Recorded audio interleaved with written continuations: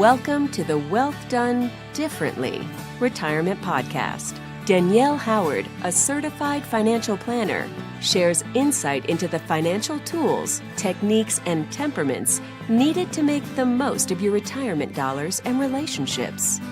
Danielle bridges the gap between Wall Street and Main Street, bringing complex financial topics down to earth. Danielle will educate and inspire you as you define and refine your version of prosperity. Hello and welcome to Wealth Done Differently Retirement with Danielle Howard, a certified financial planner. Today is part 3 in a series that Danielle is doing on financial affirmations. Good morning, Danielle. How are you? I'm well, thank you, Eric. Great. I've been watching a lot of old movies lately and was able to take a look at one of the favorites out there and wanted to ask you a question. All right. What movie was it? The Wizard of Oz. Oh, I love that one. Was it colored or is it still the black and white version? It's kind of that sepia, it's you got to have the color in it because we've got ruby red slippers. Mm-hmm. Yeah, that's true. And one of the witches, I remember when I was a kid, I think it was the Good Witch, had like a baby blue dress that I just thought was fantastic. Yeah. So how did Dorothy get home to Kansas? From Oz? Yes. Well, I think you just mentioned it. She had the ruby red slippers and she had to click them together 3 times and it was, there's no place like home. I think exactly. She had to say that 3 times, and right? And she said it again and again and again. There's no place like home. There's no place like home. There's no place like home. And I think many times people think that that's what positive affirmations are, that they're kind of a magic. If I just say them enough, it will happen. Yeah, I don't know. It's not. So we're talking now about, financial affirmations and why we would want to have them as part of our daily verbiage and repeat them. But it's so much more than having them in front of us and just repeating them. Mm-hmm. In my 23 years of working with clients, when I talk about what is a positive financial healthy life, it is about our belief systems. It's about our mindsets. It's about the words we use. It's about what we're saying to ourselves and to family members and to friends. And I really want to encourage people to say, yes, it is the words, but it's not magic. There's pieces and components that go behind it. Mm-hmm. So let's review what we've been talking about with the financial affirmations. Can you review those for us? Yeah, absolutely. The first one was, I will receive money with integrity, competency, dignity, grace, and joy. The second one, I will share my financial resources with moxie and momentum. Number 3, I will grow, protect, and nurture my financial life with diligence, wisdom, and care. And the fourth one, I will spend my money within safe boundaries and joyful intention. Thank you, Eric. I continue to study this, and I've been working with some clients and how to do this. And we're taking a look at shifting it just slightly from I will to I am and putting it into the present tense. And from the reading I've done on affirmations, the more it can be in the positive, present, affirmative context, the better off you're going to be in moving forward to this. So let's take a look at how I am wording it now. Yes. I am receiving money with integrity, competency, dignity, grace, and joy. I am sharing my financial resources with moxie and momentum. I am growing, protecting, and nurturing my financial life with diligence, wisdom, and care. And I am spending my money within those safe boundaries and with joyful intention. I really like that. I mean, because if you're making this decision to make that change, then you are currently doing it, right? I mean, that's the whole thing. I like that. Yeah. And as we look at, it's more than just saying the words, that we have to have building blocks. So the 4 building blocks that we're going to lay down to construct your affirmations are the positive feelings that you're going to have when you accomplish this. And so if you're saying it in the present tense, I am, and you are picturing the feelings, the sense of accomplishment you are going to have when you accomplish this, and it needs to be positive feelings, which makes perfect sense. You want to build on the beneficial beliefs. So you may have some things in your past that have worked for you in this regard. I remember when I made some money and it made me feel really good when I worked hard and put in a full day's labor, or when I used my creativity to bring to the table in my office space and it was really appreciated, or when I made a good spending decision. And you're going to build on those positive feelings, and you're going to build on the beneficial beliefs of how this is going to play out in your life. It's also really important to keep a visual in front of you of what your life will look like when you have these positive feelings, when you have these belief systems in place around your financial life. With clients, I have found that creating a vision board, and even for myself, I've done this personally, that you can create a vision board. You can create it either, going and clipping out pictures from magazines. And it isn't, many times it might be, okay, you want a new car. You go find the version of the car that you want, and you cut it out and you put it on a board. It might be positive words that you're going to create financial independence, that you are going to have peace around your financial life. So whatever it is to you that keeps that in visual in front of you. Another really powerful opportunity here is to write a letter to your future self. And that will keep you motivated and taking steps in the right direction. I did this several years ago when I was in the process of writing. I had the idea of writing my book. And, I'd been wanting to write a book for years and years. I have all this content out there. I've got the context. I've got all of the resources that I want to tap into. I've got the passion to help people change their financial lives.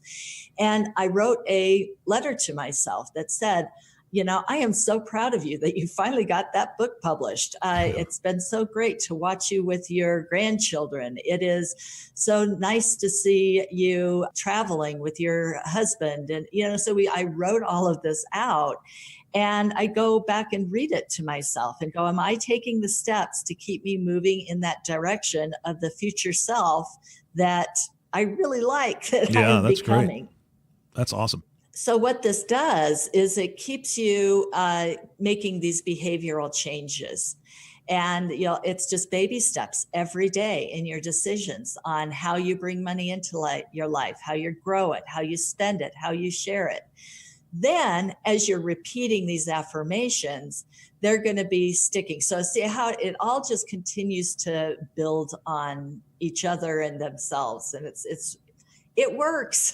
Yeah, it definitely works. And it works if you make those changes, right? If you make those small little changes along the way to help you accomplish this goal, to me, that's one of the most important parts.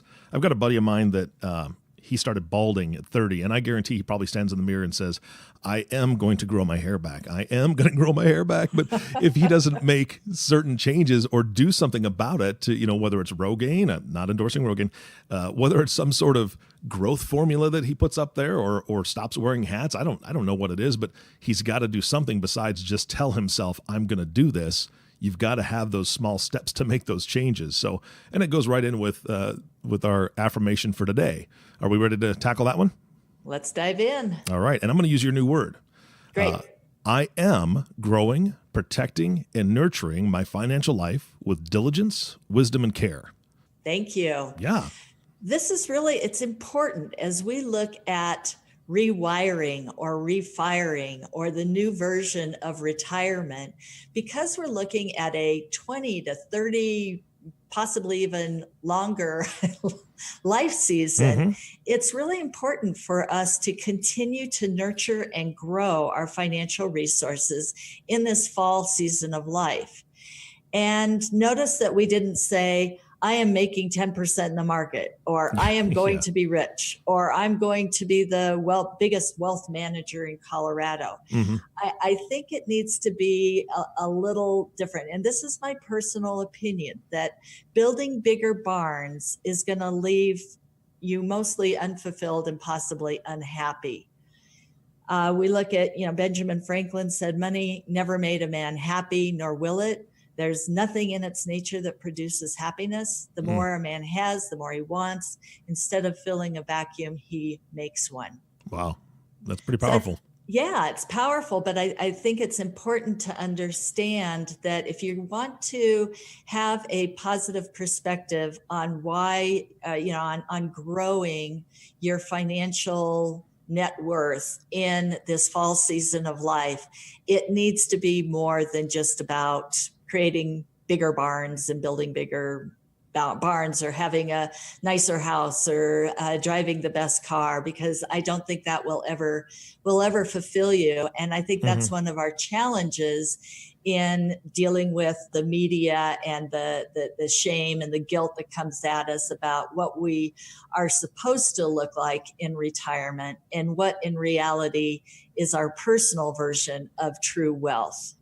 When people are in that retirement phase, it's not like they're creating or making new money while they're retired. Wouldn't you kind of say that they're just kind of winding down their financial life at that point? I mean, maybe it is another 20, 30, 40 years, but wouldn't you call that kind of the wind down stage? Not necessarily. I'll challenge you on that. All right. I think people have to come up with their why. For some, and we've talked about it in the past, maybe some people do want to just wind it down and slide into the grave, writing their last check and it bounces. I think for the bulk of people out there, though, we need to look at, why would we want to continue to grow it? And consider that we've got a lot of, things that we're challenged with. We need to create margin in our financial life because we don't know how long we're going to live, that longevity ambiguity. My crystal ball for my personal life expectancy is broken. How about yours? I've never found it. Yeah. Okay. There you go. If we're focused on personal health and wellness, I know I am making healthy eating choices. I want to exercise. I have some good genes that run in my family. I'm expecting to live a good long life, and I want to have the financial independence to make choices about how I want to live it. I think that there will be a time that there are reduced earnings for people, either by choice or just ability. We do slow down. We move from the fall season of life and towards that winter, that really slow go and no go time when we might not be able to earn. So in a traditional sense, we may not be able to go to a career or a job. We may want to, look at technology and the whole sharing economy and how to do something there. That's a whole nother podcast. But there will be a time when we have reduced earnings capacity personally. So that's when we want to know that our money is working for us, or that we've made the best choices around, how to take Social Security or our pensions. Mm-hmm. We have to contend with spending constraints based on those sources of income, depending on what size of a 401k you have or what outside money you have coming into your life with Social Security or through business ventures or real estate rentals or, different ways of bringing money into your life. Depending on how many you have, you may have some sort of a fixed income context there. Mm-hmm. We know that there's spending shocks out there, primarily around health issues.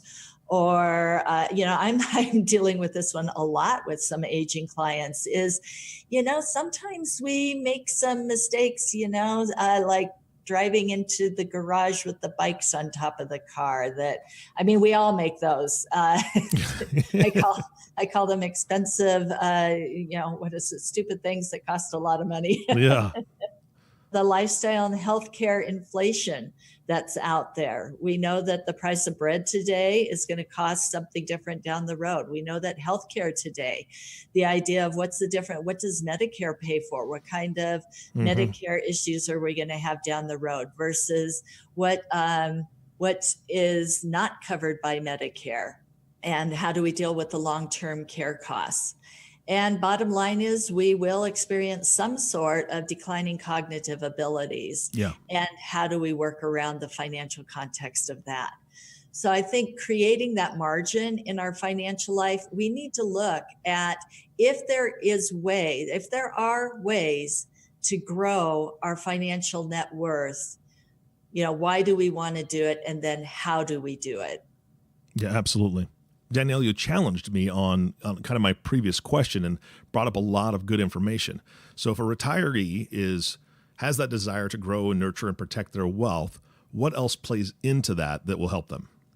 Well, as you're looking at the why, there's a lot of other pieces that can play into it, from the idea of just looking at your life personally, which we did with the pieces we just talked about.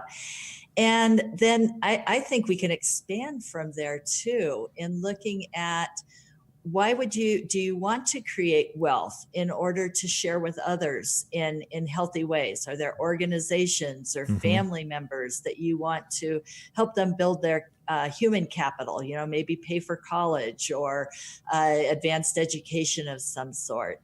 Do you want to be a part of the co-creation process to impact the world for good? Many times if we take a look at our money and how we can use it as a flow of our intentions, there may be companies that we want to invest in, and that these companies represent our values, that they're actually really doing some good things in the world, and that we feel it would be a good idea to invest in those. So to take a look at some of these other reasons as to why you are wanting to grow your wealth, and that it isn't just for your own benefit, it's for the benefit of others. Okay, that makes a lot of sense. Edmund Burke, he's an Irish statesman and a philosopher. I think his words are still true. They're still true today, that if we command our wealth, so if we tell our wealth where to go, we shall be rich and free. If our wealth commands us, we are poor indeed. So to me, it's just a perspective shift. Yeah. Wealth, the core of wealth is well-being. So how are we using money to affect all sorts of different areas of our life? And as we move into the retirement season, that fall season of life, if it's important for us to maintain our well-being, how are we growing our financial resources in order to undergird that philosophy, that idea that we are in charge of our personal well-being? And that's a great shift. How do you get somebody to that point where they make that shift of thinking? I think it's a process. I think it is a decision. When we look at, how do we want to grow, nurture, and protect our wealth with diligence, wisdom, and care, we need to be diligent. It takes effort. What is working? What isn't working? What needs to be reviewed, updated, changed, whether it's life insurance policies, investment strategies, learning about, what the best way to take Social Security is. How would you, if you still have access to a pension before you take it, what is the best way to do this? What is your plan, and how do you manage each of those different pieces? Yeah. So that diligence is huge. It's not a one and done. It takes intentional effort. And I think one of the challenges now is, again, we have so much coming at us all the time that wants us to either focus on spending it, which we're going to be getting into in our next podcast. Yeah, that's fun. But how do we do that wisely? But more about how do we tune out the noise and be diligent about the things that are truly important. Yeah. I also talk about wisdom in building our financial assets. There's a lot of there's a lot of resources out there. There's all sorts of other gurus and financial voices that are coming at you. And you need to take that knowledge and you need to apply it to what is important in your life. And don't look at anybody else out there, but to build your own personal view of, what is your view of success? What is your version of true prosperity? Mm-hmm. What does wealth mean to you? And then make wise decisions, wise choices in how you are going to grow and nurture and protect that. All right. I think it's also important to build with care. What does it look like to take care and build and protect your wealth? It's your own responsibility. Sometimes we like to abdicate that. And I deal a lot with couples or individuals that come to me and they say, we just want you to do it. And I'll say, you know what?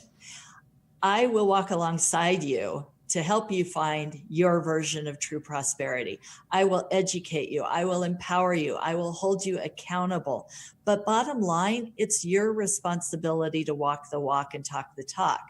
It's your responsibility to bring your team members into play that are going to help you accomplish, whatever is important about building your version of true wealth.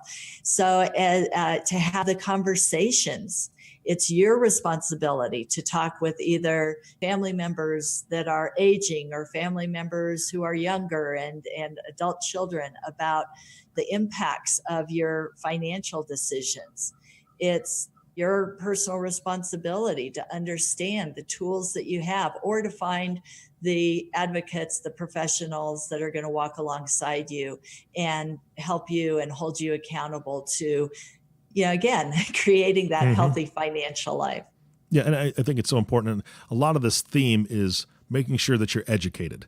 And again, you're not going to have the entire education of the professionals. So when you get the education that you need for the basics, then bring in the experts who have the additional education to know what to do, to know how to answer those questions. Like you brought up earlier, when do I take Social Security? What's the best plan for me?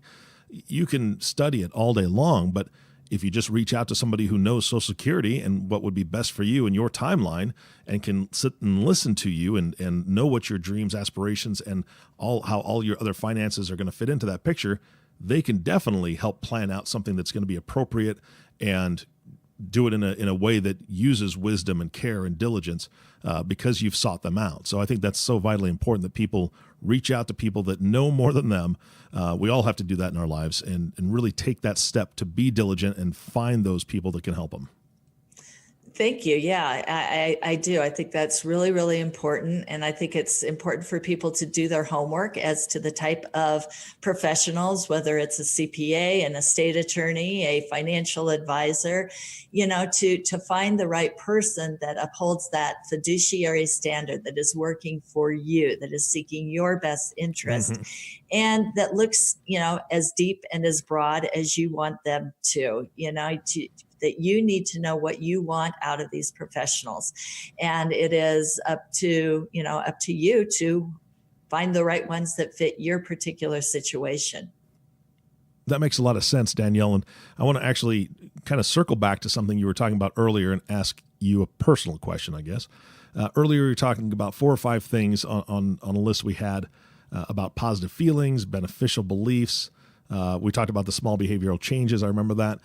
And just going back to that little list of very important items, I would like to know how do you apply those in your own personal life and how have they affected it? Thank you for asking. I think I try to apply it in, again, more areas than just my financial life. So if I am diligent about my personal health or in my finances, I feel empowered. So much of our world is outside of our control nowadays.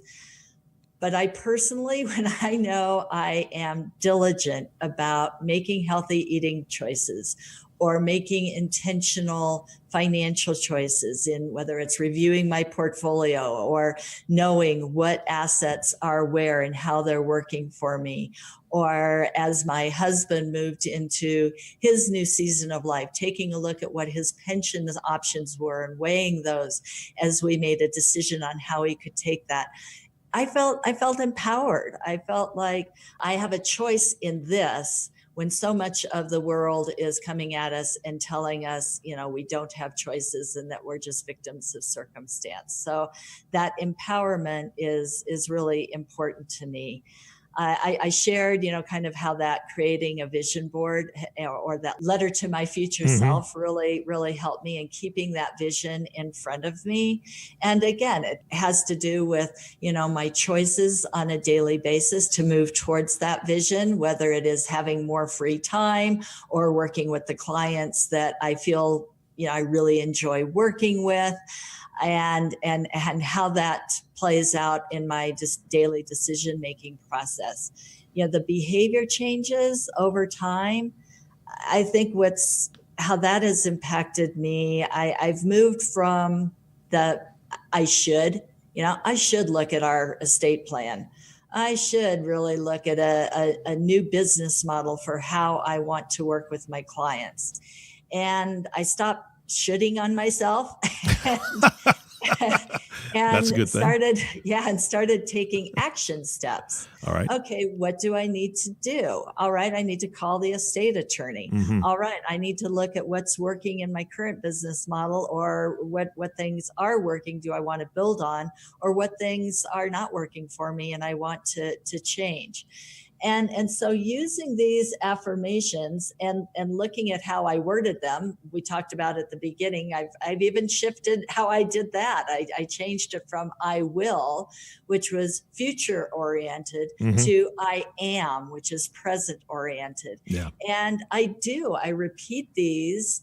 I constantly look at how they work in my life. I look up meanings of the words. I look up, how I could make behavior changes or attitude changes in my daily choices. So whether these affirmations resonate with you or whether you want to come up with your own, I just encourage listeners to look at what it would take to create some affirmations from the financial context in your life. If you would like to, I've got these listed on my website. You can download a copy for yourself and one for your friend at www.daniellehoward4u.com. You can call us at 970-927-3909 to discuss, your own personal situation. And if it may be a benefit for you to work with us personally, you can check us out at www.wealthbydesign4u.com. And we also have an e-course starting January 1st, Doing Dollars Differently in Retirement.